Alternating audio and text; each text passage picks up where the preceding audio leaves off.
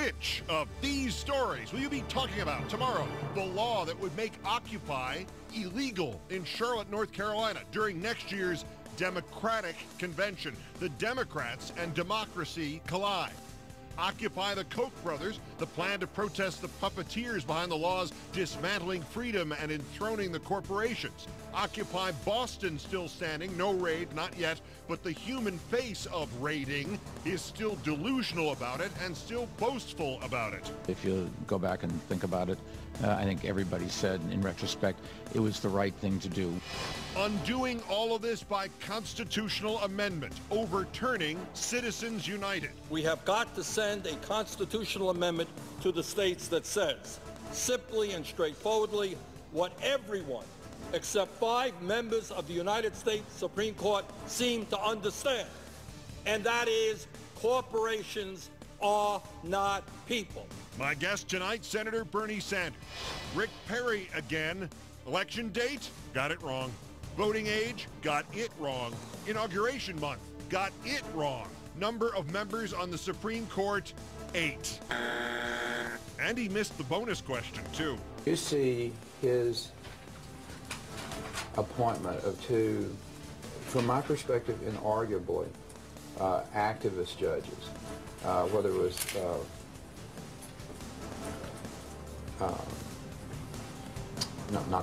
Montemayor. 2 no Trump, with just Gingrich and Santorum confirmed he is now pretending he wasn't really that committed to moderating that next GOP debate anyway. And no, you're not seeing things. And yes, the architects of this are tonight's worst persons in the world. All that and more now on Countdown.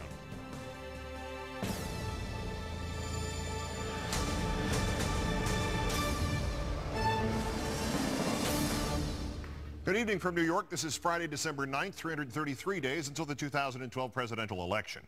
It is the potential public relations nightmare the Democratic Party just can't afford to be seen as the cause or the excuse for an undisguised suppression of the Occupy movement. The 5th story on the Countdown, Charlotte, North Carolina City Council considering an ordinance to ban camping on public property to call it a public nuisance.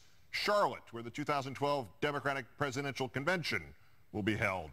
Occupy Charlotte has had mostly good relations with city officials and police, but the threat of major demonstrations during next September's Democratic convention has the city manager drafting a law that would keep tents and other camping gear out of the parks of Charlotte. Some on the city council say that law could conflict with the First Amendment, and Occupy lawyers agree.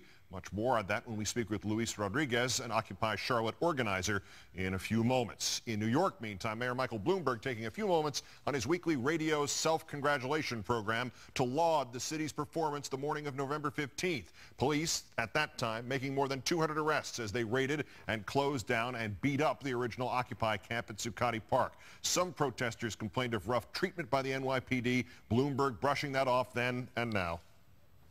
I think everybody said in retrospect it was the right thing to do. We did it as respectfully as you can when you handle a big crowd. Police show amazing restraint, and they do that all the time. Not everybody said that. New York Congressman Gerald Nadler has called for a Justice Department investigation of NYPD tactics and performance at Occupy protests, including documented abuse of reporters and photographers by the police. Bloomberg pushing back on that, too, today. The press made a big deal that they, were denied their rights. We didn't keep anybody from reporting. They just had to stand to the side while the police did their job. Or lie to the side as police in riot gear cuffed their hands behind their backs while they were lying on the ground. The irony here, of course, is that Mr. Bloomberg made much of the money with which he bought his position as mayor, running a journalism factory, without ever once being contaminated with any actual understanding of freedom of the press. Occupy Wall Street also making a cameo appearance last night not far from Zuccotti Park at Foley Square, shutting down the shooting of a Law and Order Special Victims Unit episode with an Occupy theme. Protesters rejecting what they called a corporate exploitation of Occupy. In Boston last night, a street party instead of confrontation with police after a midnight deadline to exit the Occupy camp at Dewey Square expired. Boston's mayor wants the camp cleared anyway. Police can move in at any time. Right now, they are still holding back. Not holding back, though, Aaron Spagnuolo and Noor Barsoomian. When the riot police failed to show, Spagnuolo used the people's mic to propose, and the couple got married on the spot. And that's one goal that's been accomplished. Back to Charlotte in the attempt to hush Occupy. I'm joined, as promised, by Luis Rodriguez, an organizer with Occupy Charlotte. Thanks for your time tonight, sir. All right, thank you for having me. Were you surprised by news about this ordinance against camping, and do you have a read on whether or not it's going to pass the City Council? No, we weren't surprised at all. We've known for a time that certain members of the City Council wanted to see us disbanded. We are planning on fighting it every step of the way. Mm-hmm. Well, you were quoted today in the Huffington Post as saying, the Democratic National Convention is ground zero for everything. We're estimating several thousands of people coming, especially for Occupy. Do you plan to have that go through even if the city tries to box you out by passing this ordinance? Well, I think that no matter what we do, many thousands of people will be coming. So it's imperative that we keep that space.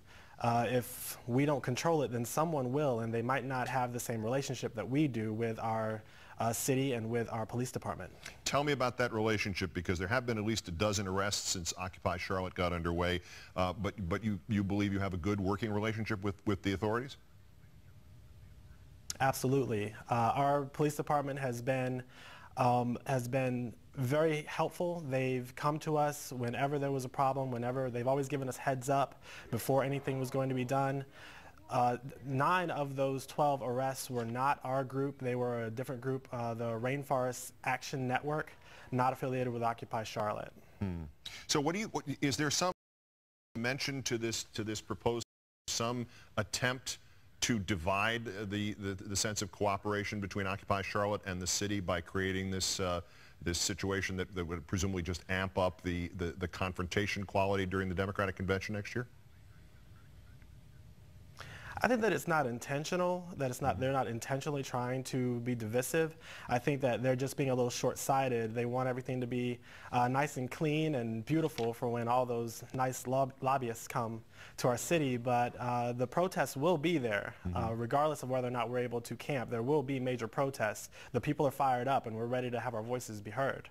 Here's a practical question about that. I'm not implying or suggesting that Occupy should be applauding Democrats or even trusting them all the time, but is it not a practical reality that the Democrats are closer to the goals of Occupy than the Republicans are, and thus do you not need to treat that party differently than you would the Republicans if it was a choice of which convention was going to be there? We recognize that the Democratic stance might be closer to what we ideologically feel are our goals, and that they may be easier. It may be easier for a Democrat to come to our side than maybe a Republican. But we're looking at each individual candidate, and we're going to focus on their campaign contributors and on the lobbying dollars that have gone into their coffers. So what would, without giving it away, and obviously there's some strategy involved in not giving it away, but what broadly would an Occupy Charlotte protest of the Democratic Convention next September look like, do you think? Well, we haven't spoken specifically about what we would like to do at the DNC. We do know that we will be protesting. The Occupy movement is simply to draw attention to the plight of the 99%, the vast swath of people who are disenfranchised from their government. So we know that with the 24-hour news cycle, there's going to be a lot of coverage, and we'll be able to get our message out to a lot of people that way. Luis Rodriguez, one of the organizers of Occupy Charlotte, thanks for your time tonight. Have a good weekend. Thank you, sir. You too. That's next September. There is a major protest, march, and rally planned for New York City tomorrow on an issue that plays an insidious role in the inequality that is central to the Occupy movement, the legal denial of voting rights to minorities, to young people, to the elderly, to other groups, financed in part by the billionaire brothers Charles and David Koch and driven by legislation developed by one of the Koch brothers' favorite charities, the American Legislative Exchange Council, ALEC.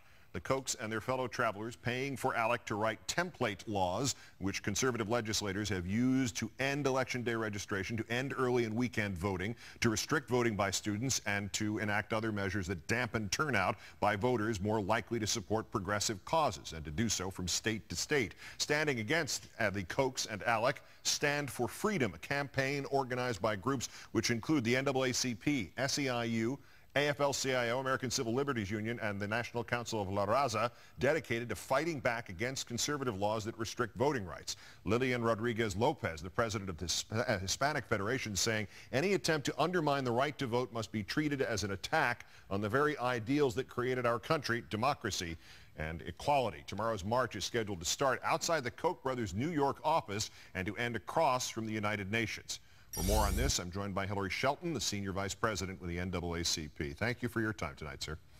It's great to be with you. Give me the premise behind singling out the Koch brothers, sort of identifying them as the face of voter suppression in this country. They've done more to underwrite the cause of disenfranchisement than anyone else.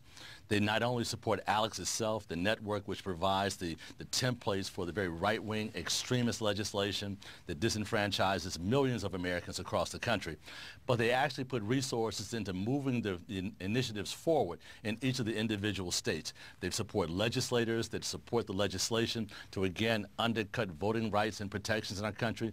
It's them that we're looking at. There are others that have helped support it, but they have single-handedly put up the lion's share of resources to make sure the disenfranchising process moves forward. Mr. Shelton, looking at your resume, you've worked for civil rights with the United Methodist Churches, with the United Negro College Fund, now and throughout that with the NAACP. With all of your background, all of your experience, have you ever seen anything like this concerted effort in the last decade that drives down minority voting and economically challenged voting and youth voting and aged voting and generally progressive voting? No, I have not. As a matter of fact, this is one of the most well-coordinated and organized approaches to hit things at the state level. Keith, these are issues that we fought and successfully fought back in the legislature here in Washington, D.C. But the coordination they're doing now across the country, hitting multiple states at the same time, utilizing the new technologies, and so well financing these processes, as a matter of fact, is unprecedented. As strategies go, it's not just a good one, but it really is the only good one they have available to them, isn't it? I mean, if you're not the majority, you have to become the majority by disenfranchising what is actually the majority, don't you? Oh, this is the game they're playing. It's sad to see that rather than get people to support their agenda, rather than working with the American people under our democratic process, they would undercut the entire process by suppressing votes, and votes of African Americans, young Americans, women, the elderly, and others. It is outrageous, and it is undemocratic, and quite frankly, it's un-American.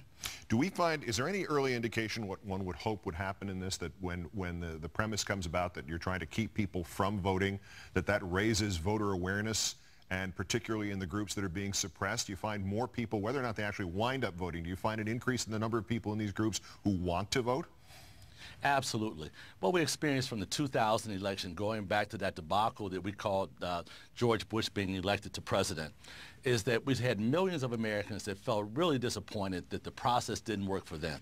They came out and participated, they came out and registered, they studied the issues, they came out to the polls to vote, and then to have the election taken from them from the other side by the Supreme Court stepping in the way that it did. We were fearful. People would say, look, we told you they would never let our votes go forward. But we continued to work with them. 4 years later, the turnout was higher than 2000, and in 2008, it was historically even higher than 2004. We're convinced as we move towards 2012, we can do the same thing again, as long as we can eliminate these obstacles so that Americans can actually come out to the polls and vote. All right, the march tomorrow, starting with the Koch brothers' headquarters and to the UN Plaza. What after that is on the docket for Stand for Freedom? What else are you going to do? Then we continue to move out in two tracks. The first track is to make sure we educate people on the issues in those states that we won't be able to repeal the legislation before the 2012 election. We want to make sure they have everything they need to go out to register, to be educated on the issues, to vote on Election Day, and indeed have that vote counted. But we're also running a second track.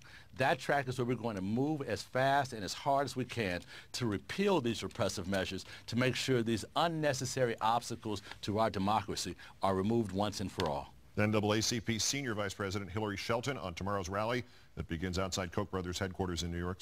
Great thanks and good luck with it. Thanks for having us. Republicans and numbers. With only 2 candidates willing to show up at a debate he is to MC, Donald Trump may now bail out on it.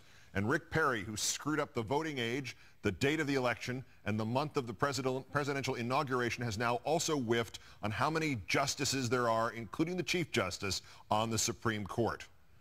You do know the world looks at us and trembles, right? That's next. This is Countdown. Is this Supreme Court justice named Mattamayor, or D. Sotomayor? Rick Perry answered A, B, and C, but not D. Senator Bernie Sanders trying to repeal Citizens United in the only way that United States citizens can still do a constitutional amendment. He joins us. They want to build this in Seoul, South Korea. The architects say they didn't notice, really. And Fridays with Thurber, taking an ordinary French-English translation book and turning it into hysterical high comedy. There's no place like home. Coming up. Herman Cain, Rick Perry, and Michelle Bachmann could have told him, not that Newt breakfast at Tiffany's Gingrich would have listened, but they all saw firsthand the danger of being out in front. And our fourth story on the countdown is Gingrich knows tonight, out in front there, it's easier for them to see you, easier to attack, and if you don't move well, it's easier to knock you over. Mitt Romney appears to be shifting focus from his potential general election fight against President Obama to his actual primary fight against Gingrich. A super PAC which supports Romney accidentally posted the following ad yesterday on the web. Newt has a ton of baggage, like the fact that Gingrich was fined $300,000 for ethics violations, or that he took at least $1.6 million from Freddie Mac just before it helped cause the economic meltdown. Gingrich even teamed up with Nancy Pelosi and Al Gore on global warming. And Newt was a longtime supporter of a national health insurance mandate, the centerpiece of Obamacare. Maybe that's why George Will called Gingrich the least conservative candidate. Just as quickly as that ad appeared, it disappeared. No one's really saying why. The spokeswoman for the super PAC said, "It was an unfinished ad, so we are not commenting on its status." Romney himself had no comment on the matter either. Gingrich, meanwhile, was not focusing on any of his opponents. Instead, he focused on the Middle East. In an interview with the television operation The Jewish Channel, Gingrich called the Mideast peace process delusional and seemed, and that's a mild word, to put himself at odds with the U.S. push for a two-state solution. I think that we've had an invented Palestinian people who are in fact Arabs and were historically part of the Arab community. And they had a chance to go many places. And for a variety of political reasons, we have sustained this war against Israel now since the 1940s. And I think it's tragic. Speaking of tragic, Rick Perry put himself at odds with the facts again. I trust the people of the states to make those decisions. I trust those independent school districts to make those decisions better than 8 unelected and frankly unaccountable judges. Context tells us Perry was talking about the Supreme Court, so that would be 9 judges, not 8. The Chief Justice, the 7 associates, and the 9th, the one whose name he couldn't remember. When you see his appointment of 2, from my perspective, inarguably activist judges, whether it was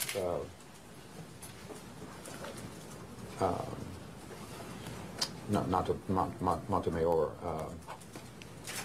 Sonia Sotomayor. Sotomayor.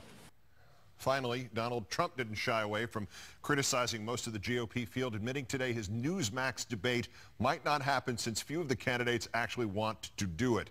His reasoning was this. Some of them don't have the courage to do it. A couple of them that called me and told me, Donald, I'm just too nervous to do it. Sounds like Regis Philbin. Trump, though, says he's not too nervous to run as an independent if the, quote, right GOP candidate doesn't get the nomination. Joining me now for some insight on all of this. It's like commenting on a kindergarten class. Daily Kos founder and publisher, Countdown contributor Markos Moulitsas. Good evening, Markos.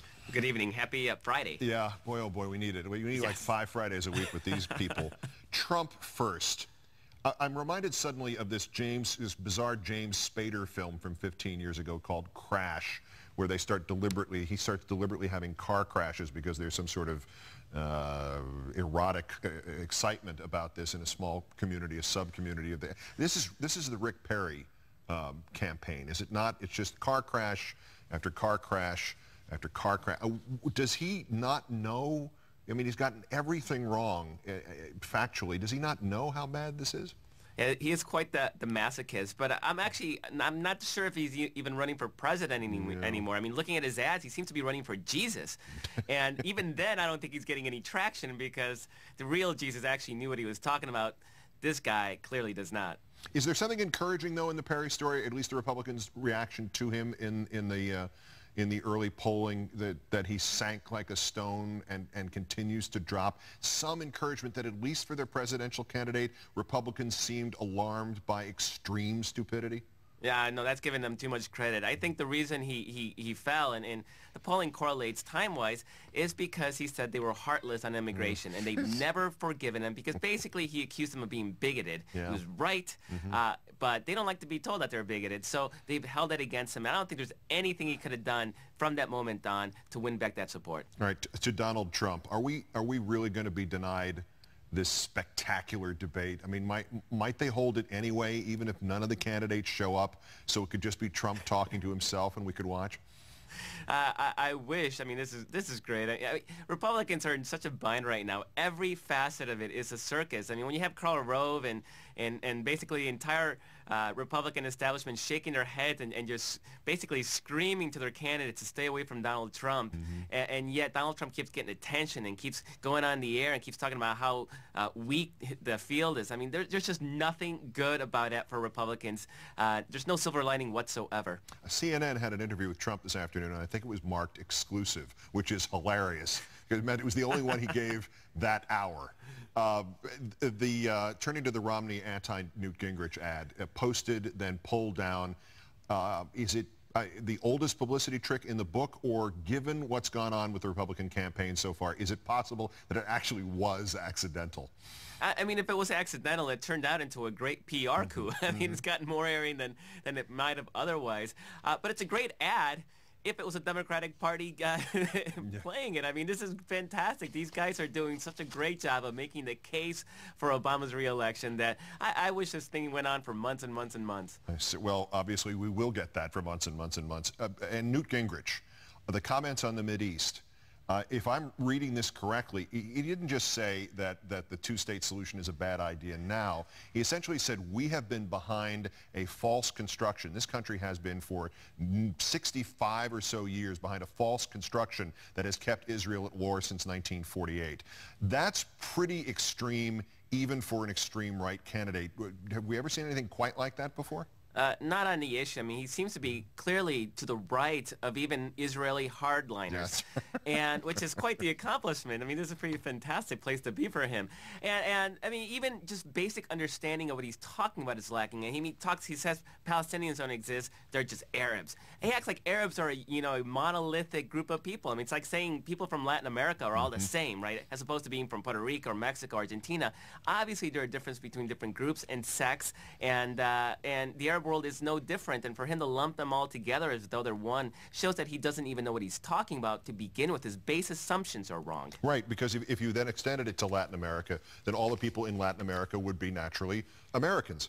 The founder, see if Newt can wriggle out of that one. The founder and publisher of Daily Kos, Markos Moulitsas, Countdown contributor as well. Great thanks and have a great weekend. Have a great weekend. Senator Bernie Sanders and his bid for a constitutional amendment to overturn the Supreme Court's Citizens United decision. Coming up. Senator Bernie Sanders on his constitutional amendment to overturn Citizens United and end corporate citizenhood. Next. First, the sanity break. And if you want to pick one date on which the far right began to publicly recede from reality and just pretend it isn't there, it was December 9th, 1983. This is the anniversary. That's when it was reported that Reagan White House counselor Edwin Meese had denied the existence of homelessness and hunger in the country, that it was all anecdotal. People went to soup kitchens, Meese explained on this date in 1983, because food is free and that's easier than paying for it. Not only was Meese not forced out of public service, but Reagan made him Attorney General and Reagan was reelected. Time marches on. We begin on the interwebby nets. Anyone who's ever tried to park in a city has encountered the spot that's just a bit too small for your car. You sigh, you move on, but our hero does not give up so easy. He slowly squeezes his way into the spot. Success. Time marches on till he returns to escape from the spot. Utilizing the same bump and grind technique, he makes it out. So if you're scoring at home, or even if you're alone, it's a win for the parallel parker and an insurance claim for the two cars around it. We stay on them internets, diving into the holiday spirit. This chorus is here to spread some cheer with music and, unfortunately for them, a few dance moves.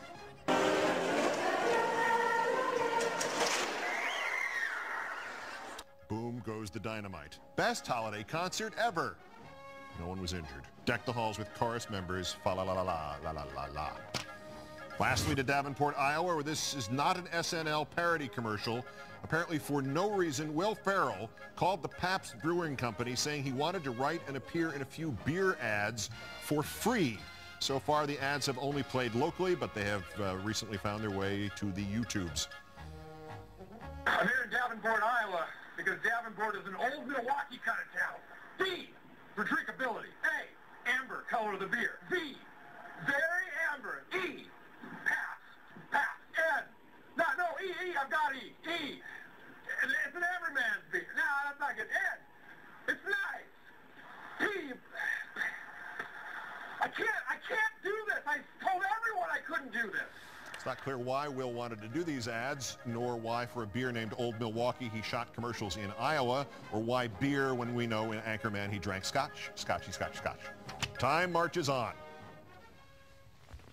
So if you're designing twin tower apartment buildings somewhere on planet Earth, what's the one image you want to avoid invoking? Worst person's ahead. First, Senator Sanders. Dumont's Small Fry Club will not be seen tonight, so we can instead bring you Countdown, the longest continuously running 8 p.m. news hour on cable, unless you consider Fox News. We're live each night at 8 Eastern. We call it the Falafel Hour. Would that Citizens United was some sort of patriotic soccer franchise and not the name of the infamous 2010 Supreme Court ruling that corporations are guaranteed free speech as if they were people, giant, immortal, indemnified from any responsibility people who can spend unlimited amounts of cash on virtually unregulated political advertising. In our third story tonight, Senator Bernie Sanders, the independent of Vermont, joins me to talk about the constitutional amendment he proposed yesterday to overturn Citizens United. Make no mistake, the Citizens United ruling has radically changed the nature of our democracy, further tilting the balance of the power toward the rich and the powerful. In my view, history will record that the Supreme Court's Citizens United decision is one of the worst decisions ever made by a Supreme Court in the history of our country. And since the decision, groups that funnel money from corporate donors, so-called super PACs, have poured more than $65 million just into congressional elections. And that was just the warm-up. In the 2012 vote, super PACs are expected to spend between $600 million and $1 billion. The conservative Koch brothers will reportedly spend at least $200 million just by themselves. Do we think that American democracy is about a couple of wealthy billionaires putting hundreds of millions of dollars into campaigns without disclosure? Is that really the democracy that Americans fought and died for in war after war? I think not. Several Democratic senators have introduced legislation to soften the impact of the decision. Sanders going a step further, proposing the constitutional amendment to explicitly exclude corporations from First Amendment rights by saying that corporations are not people with equal constitutional rights. Corporations are subject to regulation. Corporations may not make campaign contributions, and that Congress and states will have the power to regulate campaign finance. As promised, here is Senator Bernie Sanders, the independent of Vermont. As always, sir, thank you kindly for your time tonight. My pleasure. How much of an uphill battle is this?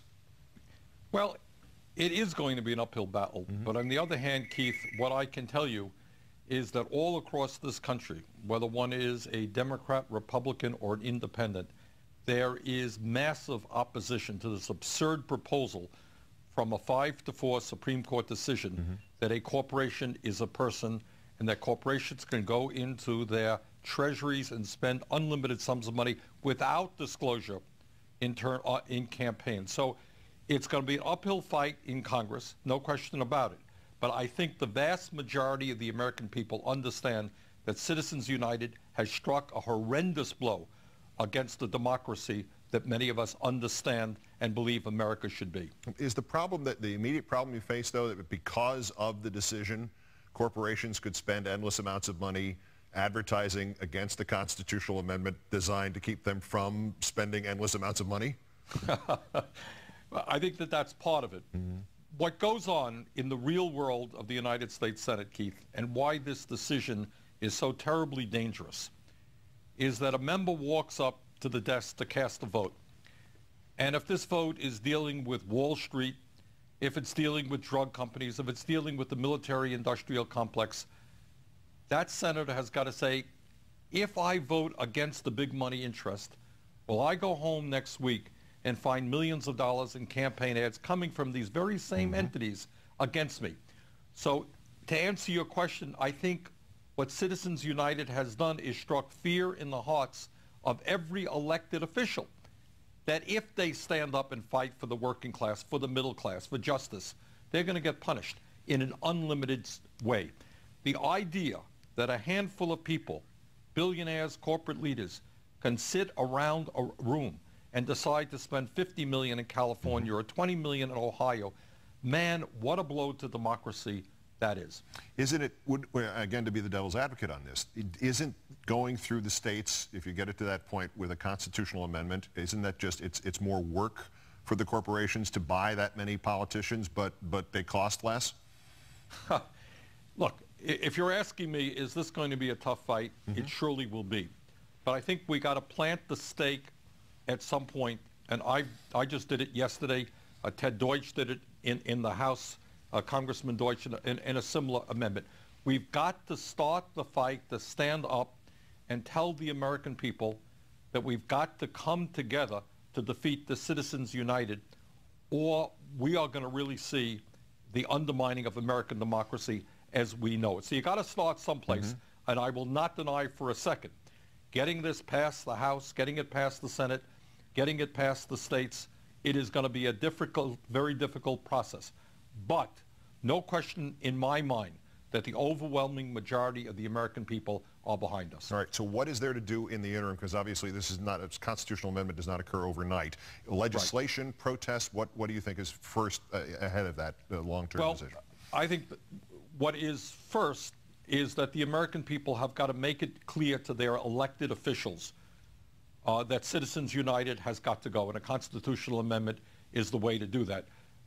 We have put up a petition on my website, sanders.senate.gov, and I got to tell you, Keith, in one day, we have 45,000 signatures. Excellent. All right, and what we have got to do is get people on the phone, get on their emails, and alert their members of Congress that Citizens United is not what America is about. Who needs to speak up publicly about this, who has not? Is there anybody that you can point to and say, we need your voice? Well, we need everybody's voice, from the President of the United States on down. I have so far Mark Begich as a co-sponsor of mine. We're looking forward to having more senators. In the House, we need more and more people. We need some brave Republicans. There are a lot of conservatives out there who certainly will disagree with virtually everything that I stand for. But they understand that in a democratic society, a handful of corporations cannot be allowed to spend, as you've just indicated, hundreds and hundreds and hundreds of millions of dollars to elect the candidates they want or to defeat other candidates. So there is widespread opposition to this concept of Citizens United. We need Republicans to come forward, independents, progressives, Democrats. We need people to begin to stand up and say, enough is enough. Senator Bernie Sanders, the independent of Vermont. Always an honor, sir. Have a great weekend. Thank you, Keith. The war on Christmas is real. I know because I've seen the invitation to the, quote, holiday party, unquote, from the Republican National Committee. Coming up. They called it. No, say the architects, the similarity never occurred to them. Not in the concept stage, not in the design stage, not even after they released the sketches. They see it now. Worst person's coming up. And it was just a French to English translation phrase book, but in it, James Thurber saw comedy gold. There's no place like home ahead on Countdown. Thurber turns an ordinary English to French phrase book into a masterpiece of panic and the angst of travel. Next in There's No Place Like Home. First, because these are the masters of inducing panic. Here count suffering nominees for today's first persons in the world. The bronze to Biddle the Clown. This isn't about assault with an umbrella, the Bill, Mary Poppins, O'Reilly story. This is about the annual farce that is his coverage of something happening only in his own mind. The war on Christmas. Please, sir, clean up your own house before you waste everybody else's time. The invitation to the Republican National Committee GOP holiday party, not Christmas party, holiday party, held at the U.S. freaking Chamber of Commerce, no less. The war on Christmas, the one conducted by the Republican Party, The runner-up, Sean Hannity of the political whorehouse that is Fox News. If you are not sufficiently prepared for this next clip, you will either A, go insane, or B, conclude you are having an acid flashback, even if the strongest drug you've ever taken is NyQuil. Just prepare yourself. It doesn't have to make sense. It doesn't have to maintain any thread of logic. It is said by Republicans for Republicans. This is Hannity and a couple of generic right-wingers plus Joe Trippi complaining that the killing of Osama bin Laden has been left off the list of the top 10 stories of 2011 because, as we all know, bin Laden was killed by President George W. Bush. Roll 'em. Where is Osama bin Laden? Barack Obama and getting Osama Thanks to bin George Laden. Bush. Well, Exactly. That intelligence that George Bush built up, busting that porn king, I can't believe Osama Time bin Laden was magazine. huge. Yeah, but he wasn't. That's the story of the year. You know, you give credit to Bush because if Obama had his way, we wouldn't have gotten bin Laden. You know that. It doesn't have to make sense. It's being said to Republicans. But our winner in the largest margin ever in worst persons, the architectural firm MVRDV of Rotterdam in Holland. It has designed 2 adjoining apartment buildings for a project called Yongsan Dream Hub in Seoul. MVRDV has a history of unique designs, especially connected buildings. One of these buildings is about 70 stories tall, the other is about 80. And at the 27th floor, they're connected by what the Dutch architects called a pixelated cloud that will contain an atrium, a fitness center, swimming pools, restaurants, conference centers, and one horrific reminder of 9/11. Yep, that's what they want to build, the pixelated cloud. Needless to say, MVRDV has gotten a little blowback on this, and they're still kind of lost in their own cloud. For while a statement reads, "We sincerely apologize to anyone whose feelings we have hurt, the design was not meant to provoke this." It also claims the cloud was designed based on parameters such as sunlight, outside spaces, living quality for inhabitants in the city. It is one of many projects in which MVRDV experiments with a raised city level to reinvent the often solitary... Shut up! As the son of an architect, I say change it. You look like ghouls. As to the South Korean developers and whether or not they're actually going to build this thing, MVRDV spokesman Isabel Pagel says the client has not made a decision yet. Yeah, I think they have. But the dumbest remark yet is to be found inside that statement from MVRDV. It was not our intention to create an image resembling the attacks, nor did we see the resemblance during the design process. I don't know. Maybe that is a silver lining inside this cloud. Maybe the world has so moved on that you could really be old enough to be an architect right now without having a clear mental picture of the towers belching black smoke. But even if that's true, 2 words for those unfortunate souls. Too soon. Architects MVRDV of Rotterdam, today's worst persons in the world. Wrong. Don't miss Red Lobster Surf and Turf. 3 grilled combinations all under $20, like our Maine lobster with peppercorn sirloin. I'm John Mazzani, and I see food differently. James Thurber, born 117 years ago yesterday, traveled a long way from Columbus, Ohio. Before he was 30, he was a writer and editor for several newspapers on the French Riviera, and he thereafter wrote often of his experiences in Europe, particularly in his 1937 classic My World and Welcome to It, which concludes with this amazing, frantic story. James Thurber may have invented repurposing. Only he could take a simple French to English translation handbook and turn it into hysterical farce. I bring you, edited for time, please read it in full, There's No Place Like Home by James Thurber.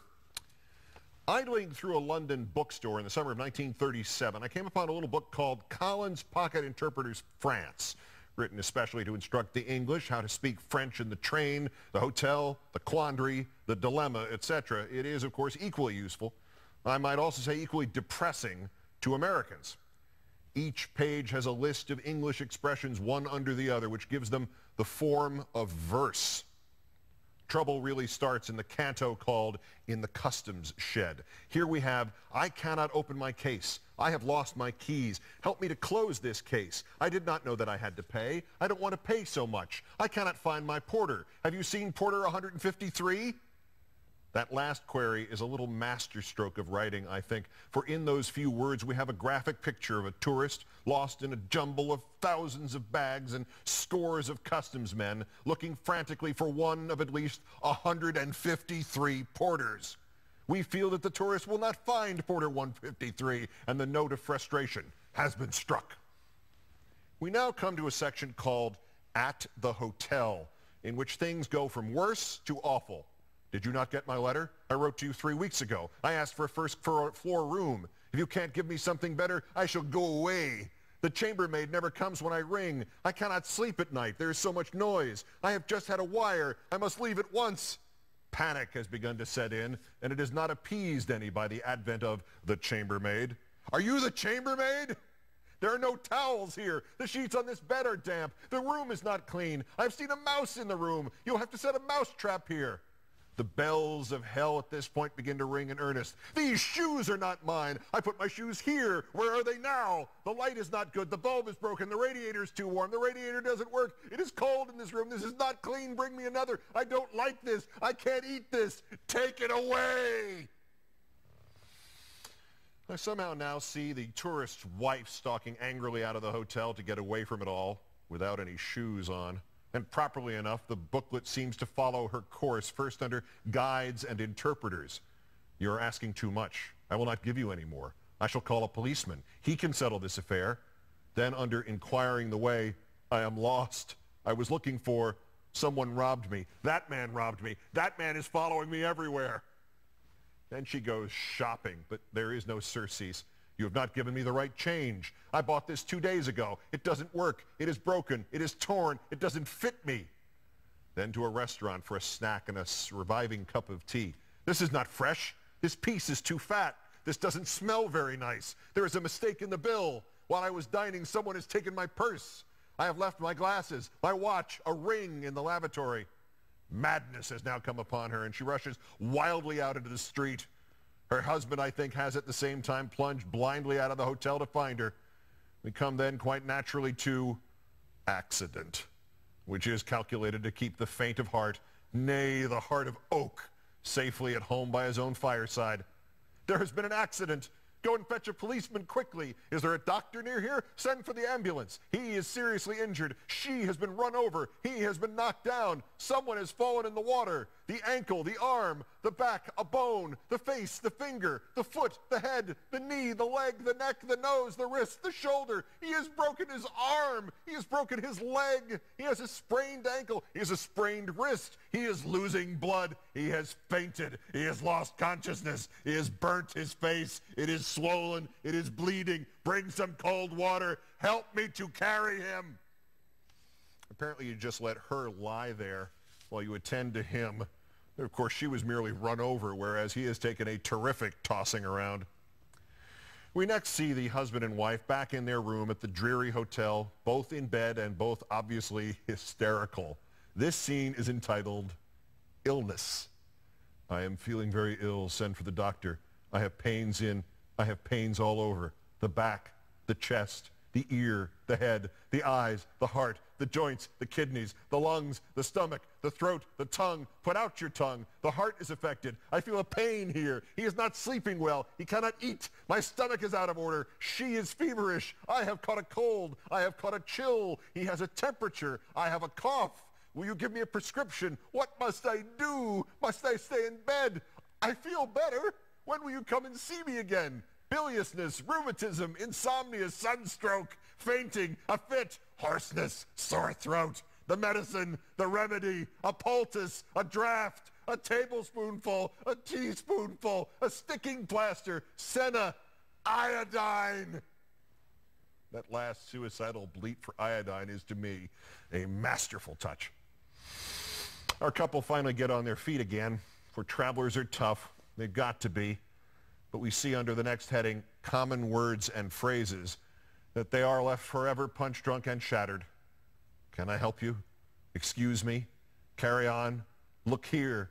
Look down there. Look up there. Why? How? When? Where? Because. That's it. It is too much. It is too dear. It is very cheap. Who? What? Which? Look out. Those are Valkyries, one feels, riding around and above and under our unhappy husband and wife.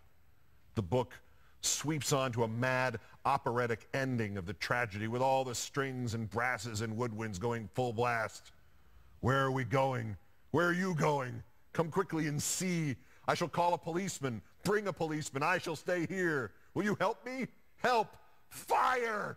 Who are you? I don't know you. I don't want to speak to you. Leave me alone. That will do. You are mistaken. It was not I. I didn't do it. I will give you nothing. Go away now. It has nothing to do with me. Where should one apply? What must I do? What have I done? I have done nothing. I've already paid you. I have paid you enough. Let me pass. Where is the British consulate? The oboes take that last despairing wail, and the curtain comes down. There's No Place Like Home by James Thurber. That's Countdown. I'm Keith Olbermann. Good night and good luck.